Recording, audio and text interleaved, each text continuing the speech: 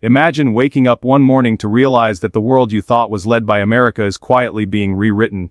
Not in Washington, not in Brussels, but in Beijing and Moscow. The rules of global power are shifting, not with bombs or battleships but with investments, alliances, and strategies designed to weaken the grip of the West. China and Russia, once uneasy neighbors, are now forming a partnership that looks less like cooperation and more like a blueprint for a new world order. This is not a small deal. It's not about one trade agreement or one pipeline. It's about two of the most powerful nations combining their strengths. China with its financial muscle, and Russia with its natural resources, to build an alternative system that doesn't bow to Washington's approval. While many in the US are still caught up in domestic debates, the tectonic plates of global power are shifting beneath our feet. The question we must ask is simple yet urgent. If China and Russia succeed in their explosive investment moves, who really controls the future? Because make no mistake, this is not just about money. It's about influence, security, and the balance of power in a world that is changing faster than most realize. Let us begin with the most obvious but often underestimated factor: China and Russia's shared economic ambitions. It would be a mistake to see their partnership as a mere convenience born out of mutual opposition to the United States. No, this is something more deliberate, more calculated. Both nations have recognized that in an age where power is no longer determined solely by the size of one's military, the true battlefield is the economy.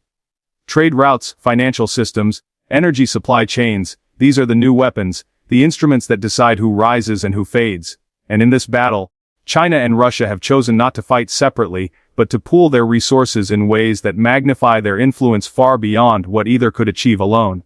Consider what each brings to the table. China has the capital, the technology, and the manufacturing power to shape global markets almost at will. Russia has the energy resources, the minerals, and the geographical leverage that makes it indispensable to Europe, Asia, and beyond. Put these two together, and suddenly we're not just talking about a partnership. We're talking about a strategic convergence that can rival the economic weight of the United States and its allies. The West once believed that sanctions and isolation would weaken Russia, that trade dependence would keep China in check. Instead, the very pressures designed to contain them have nudged them closer, creating an alliance built not on desperation but on opportunity. What makes this moment so profound is the psychological dimension. Both nations have long memories of humiliation. Russia, with the collapse of the Soviet Union, China, with its so-called century of humiliation. These aren't just historical events, they are wounds that shape their national identities and fuel a determination to never again be subordinate to Western powers. Their economic alliance, therefore, is not just about profit margins and growth percentages. It is about rewriting history, reclaiming dignity, and proving to the world that they can build a system independent of American dominance. But we must also look deeper. There is a philosophical tension here that cannot be ignored. The West has built its power on the language of freedom and democracy, even as it pursues its own interests. China and Russia are countering with the language of sovereignty and multipolarity, insisting that no single nation should dictate the rules of the world. Whether one agrees with this framing or not, it is undeniably attractive to many countries in the global South who feel overlooked or coerced by Western policies. What we are witnessing is not just an economic shift but a battle of ideas, a contest over who gets to define the future order. And so when we see China pouring billions into infrastructure projects across Asia, Africa, and Latin America, or Russia forging energy partnerships that circumvent traditional Western channels, we are not just watching business deals unfold. We are watching a carefully orchestrated rebalancing of global power. This is the foundation of their alliance, the bedrock upon which larger political and military strategies can be built. The truth is, alliances like this do not emerge overnight, nor do they dissolve easily. They are forged in moments of shared purpose, tempered by a sense of destiny, and driven by a hunger to reshape the world. And whether we choose to see it or not, that is exactly what is happening before our eyes. The closing thought is this: if we dismiss this partnership as temporary or fragile, we blind ourselves to the deeper forces at work. For China and Russia, this is more than a deal, it is a declaration. And declarations, once made, have a way of echoing across history, shaping not just the present but the very possibilities of tomorrow. If the foundation of the China-Russia partnership rests on shared economic ambition, then the second pillar is even more telling: the way their investments are deliberately reshaping the global financial architecture. For decades, the United States has relied on the dollar as not just a currency, but as a weapon of influence. Whoever controls the dollar controls the flow of trade, the terms of debt, and in many ways the tempo of global development. China and Russia have both felt the sting of that power. Sanctions, restrictions, and the constant reminder that the world's most vital financial channels can be switched off at Washington's discretion. Their response has not been loud threats or fiery speeches alone, it has been the quiet, steady work of building alternatives. China's Belt and Road Initiative is not merely about highways and ports, it is about binding economies to Beijing through the logic of shared infrastructure and debt structures that operate outside Western frameworks. Russia, too, has pivoted, redirecting energy flows eastward and conducting more of its trade in yuan, rubles, or through barter arrangements that bypass the dollar altogether. Taken separately, these might appear like regional experiments. Taken together, they represent a coordinated dismantling of the financial monopoly that has defined global commerce since World War II. There is something profoundly psychological here. For nations long accustomed to being on the receiving end of Western dictates, the ability to transact, invest, and build without permission carries a kind of dignity that is impossible to measure in dollars alone. It is not just about money. It is about freedom, about the assertion of agency in a system that for too long left little room for choice. This is why smaller nations are beginning to align themselves with Chinese-led banks, Russian-led energy projects, and alternative payment systems. It is not simply that they want Chinese money or Russian oil, it is that they crave an escape from dependency on a single, often unforgiving system.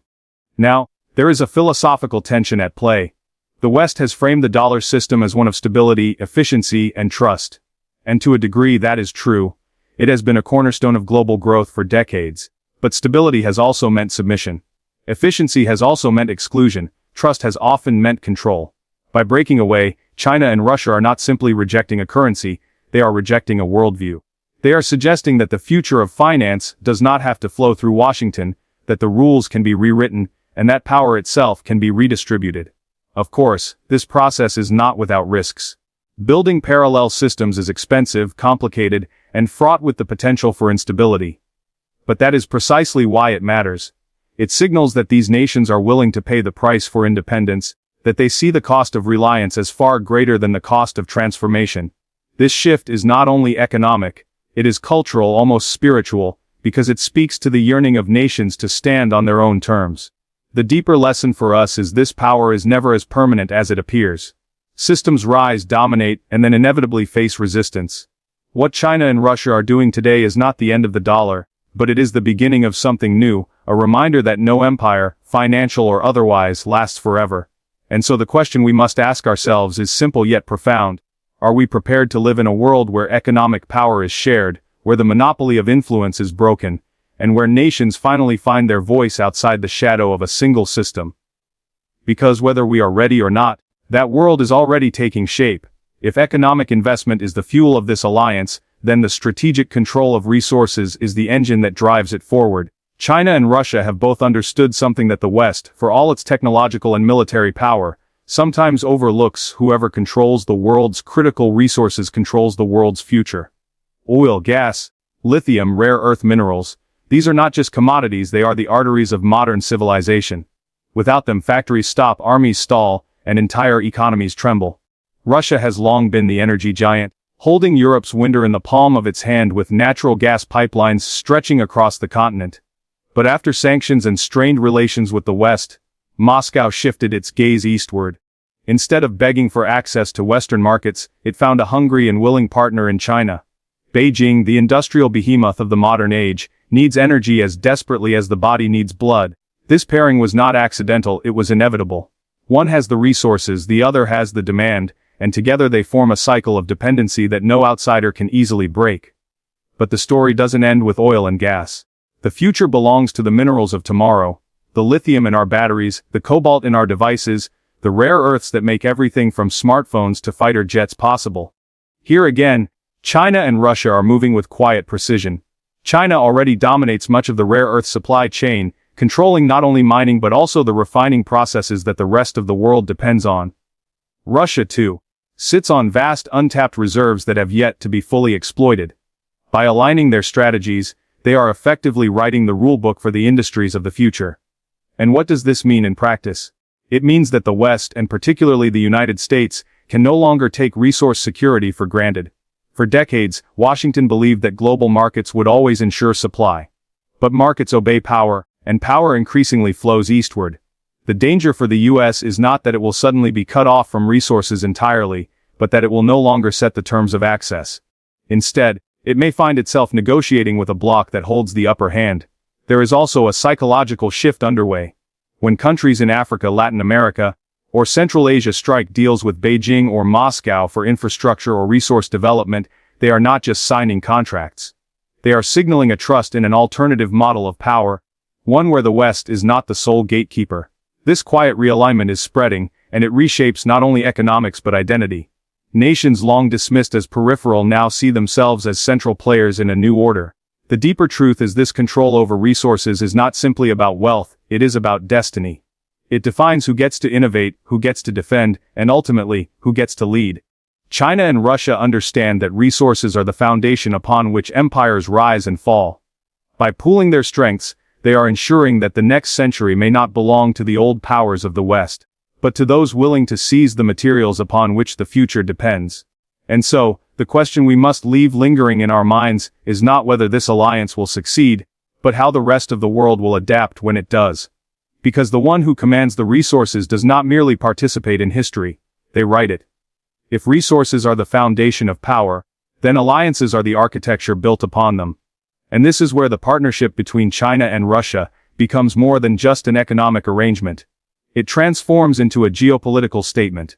The true weight of this alliance lies not simply in the numbers on a trade sheet, but in the message it sends to the world that there is now a credible alternative to Western dominance. For decades, the United States has operated from a position of assumed leadership, believing that its military might, financial systems, and diplomatic influence would guarantee its central role in the global order. But when two great powers align in purpose, the assumptions of yesterday quickly become the vulnerabilities of today.